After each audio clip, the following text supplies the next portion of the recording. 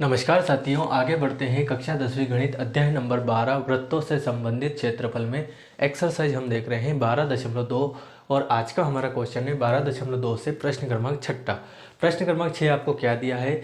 15 centimetre त्रिज्या वाले एक वृत्त की कोई जीवा केंद्र पर 60 डिग्री का कोण अंतरित करती है।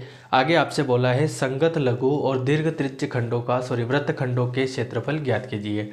आपको करना क्या है यहाँ पे कि संगत लघु और दीर्घ वृत्त खंडों का क्षेत्रफल निकालना है। अगर आपको क्वेश्चन की रिक्वायरमेंट है तो मैंने क्वेश्चन जैसा पढ़ा है आप वीडियो को पॉज करके क्वेश्चन को नोट कर लीजिए।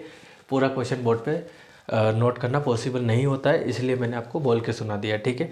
अब यहाँ पे आपको दो चीज़ें दे दी है। पहला दे दिया है आपको त्रिज्या, तो हम लिख देंगे वृत्त की त्रिज्या। क्या लिख देंगे? वृत्त की त्रिज्या बराबर कितना दिया है? 15 सेंटीमीटर। और साथ में आपको क्या दिया है? कोण दे दिया है। कोण थीटा बराबर कितना दे दिया है? 60 डिग्री, ठीक है गाइस। दो चीज़ें आपको दे दी है।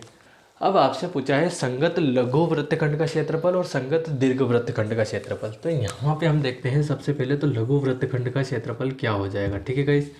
तो यहाँ पे अगर हम बात करें तो ये हो गई आपके वृत्त की त्रिज्या और ये हो गई आपके जीवा, ठीक है। इसको बोलेंगे जीवा और ये हो गई त्रिज्या है।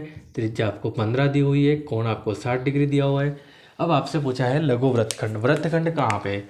तो ये वाला जो भाग होता है इसको हम बोलते हैं वृत्तखंड। क्या बोलते हैं? भाग, जो जीवा और त्रिज्या के द्वारा मिलकर बनता है, ठीक है।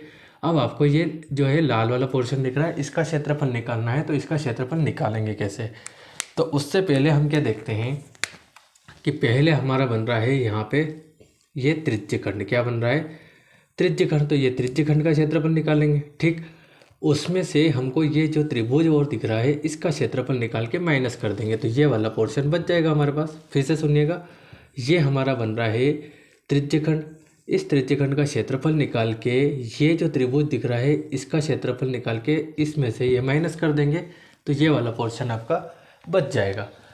फिर हमारा ये लघु वृत्तखंड बन जाएगा। उसके बाद हमें दीर्घ वृत्तखंड की ज़रूरत है। तो अगर मैं बात करूँ तो ये आपका लघु वृत्तखंड बन रहा है, तो ये आपका दीर्घ वृत्तखंड है पूरा। तो क्यों ना हम ऐसा करें कि ये वृत्त का केंद्र बिंदु है, ठीक। तो हम वृत्त का पूरा क्षेत्रफल निकाल लेते हैं। उस वृत्त के क्षेत्रफल में से ये वाला भाग माइनस कर देते हैं, मतलब लघु वृत्तखंड। जैसे ही हमने माइनस किया तो ये वाला पोर्शन ऑटोमेटिकली निकल के आ जाएगा। तो पहला सूत्र हमारा क्या हो जाएगा? त्रिज्यखंड का क्षेत्रफल माइनस त्रिभुज का क्षेत्रफल बराबर लघु वृत्तखंड का क्षेत्रफल, ठीक। और दीर्घ वृत्तखंड का क्षेत्रफल निकालेंगे तो क्या हो जाएगा? वृत्त का क्षेत्रफल माइनस लघु वृत्तखंड का क्षेत्रफल, ठीक है गाइस। तो ये मैंने आपको पूरी रूपरेखा समझा दी है। तो लगा देते हैं हम यहाँ पे। सबसे पहले आप लिखेंगे यहाँ पे संगत लघु वृत्तखंड का क्षेत्रफल। क्या लिख देंगे? संगत लघु वृत्तखंड का क्षेत्रफल क्या हो जाएगा? तो जैसे हम सूत्र लगाएंगे तो क्या लिखेंगे? संगत लघु त्रिज्यखंड का क्षेत्रफल। क्या लिख देंगे? त्रिज्यखंड का क्षेत्रफल और माइनस कर देंगे समबाहु त्रिभुज का क्षेत्रफल। अब यहाँ पे एक और बात निकल के आती है कि समबाहु त्रिभुज का क्षेत्रफल ही क्यों लग रहा है? तो समबाहु त्रिभुज का क्षेत्रफल इसलिए लग रहा है क्योंकि कोण हमको यहाँ पे 60 डिग्री दिया है, और चूँकि समबाहु त्रिभुज का प्रत्येक कोण 60 डिग्री का होता है, इसलिए हमने यहाँ पे समबाहु त्रिभुज का लगाया। अब संगत लघु त्रिज्यखंड का क्षेत्रफल हो जाएगा पाई आर स्क्वायर इंटू थीटा बटे 360 डिग्री, माइनस समबाहु त्रिभुज का हो जाएगा √3/4 भुजा स्क्वायर, ठीक है गाइस। क्या हो जाएगा? √3/4 भुजा स्क्वायर। तो यहाँ पे पाई की जगह पाई का मान आपको इस बार क्वेश्चन में दिया है 3.14, तो आपको प्रश्न का अनुसार ही रखना है। आर आपका 15 हो जाएगा क्योंकि 15 सेंटीमीटर त्रिज्या दी है आपको, देख सकते हैं आप। थीटा आपका 60 डिग्री हो जाएगा, तो 60 रख देंगे यहाँ पे, बटे में आपको 360 माइनस √3 का मान भी इस बार आपको प्रश्न में ही दे दिया है, ठीक है। और √3 का मान आपको कितना दिया है? 1.73 आपको आपकी किताब में दिया है, तो यहाँ पे रखेंगे 1.73 और बटे में 4 भुजा स्क्वायर, तो भुजा आपके 15 स्क्वायर, ठीक है गाइस। यहाँ पे इसकी दशमलव हटा लेते हैं तो बटे में 100 लग जाएगा आपके, तो 314/100। 15 की घात 2 का मान 225 होता है, आपको पता होना चाहिए वर्ग, और ये 60/360, ठीक है गाइस। माइनस इसका भी दशमलव हटा लेंगे तो बटे में लग जाएगा 100, क्योंकि दशमलव के बाद 2 अंक है तो 2 जीरो लग जाएगी, तो ये हो जाएगा 173, 4 एकम 4, और 15 की घात 2 का मान क्या हो जाएगा? 225, ठीक है गाइस। इसके बाद हमें क्या करना है? तो यहाँ पे 0 से 0 ये खत्म हो जाएगी आपके, 6 एकम 6 और 6 रंग के 36 हो जाएगा, ठीक है गाइस। फिर 3 दूना 6 कितना हो जाएगा, 2 तिया या 3 दूना 6, तीनों सात 21, एक बचेगा, तीनों पंजे 15, फिर 2 एकम 2, 2 एकम 2, 2 पंजे 10 और 2 सात 14।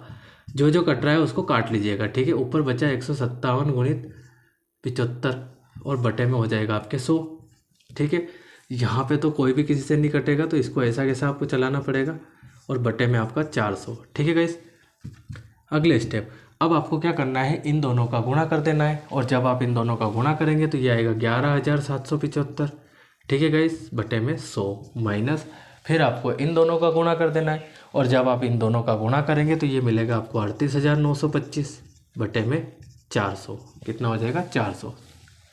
अब अगली स्टेप में अगर हम देखें तो यहाँ पे 100 का भाग लगाएंगे तो 2 जीरो से 2 अंक छोड़ के दशमलव लग जाएगी, तो हो जाएगा ये 117.75 माइनस।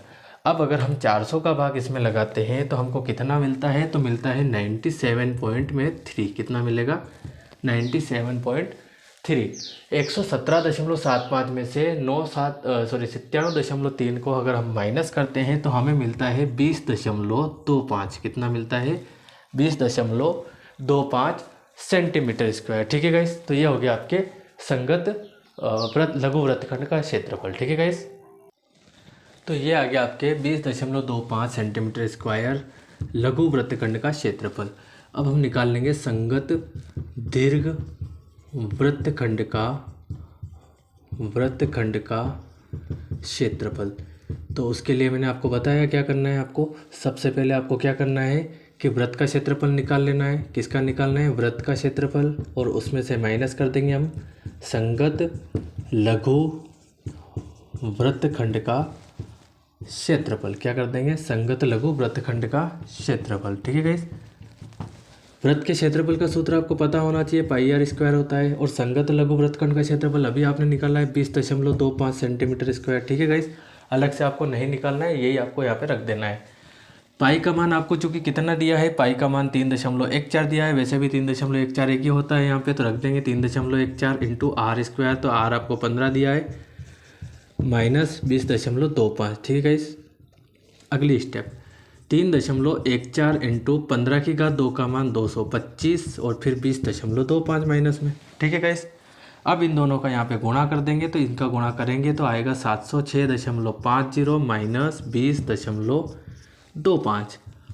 जब 706 में से 20 को माइनस कर देंगे तो बचेगा 686, और जब 5 जीरो में से 2 5 जाएगा तो बचेगा 25 सेंटीमीटर स्क्वायर, और यही आपका हो जाएगा फाइनल आंसर, ठीक है गाइस।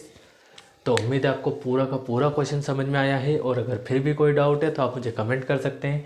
बाकी काफ़ी इजी क्वेश्चन था, थोड़ा सा आपको पेशेंस बना के रखना है और थोड़ा सा आपको टाइम देना है, थोड़ा सा आपको ध्यान रखना है इस क्वेश्चन के लिए, ठीक है गाइस। क्योंकि 2 चीज़ें हमसे साथ में पूछी है, लेकिन ये 2 ना पूछकर हमसे 3-4 चीज़ें पूछी है। देखो, लघु त्रिज्यखंड का निकाला, समबाहु का निकाला, फिर वृत्तखंड का निकाला, फिर दीर्घ वृत्तखंड का निकाला है ना, तो नोट कर लीजिए इसे।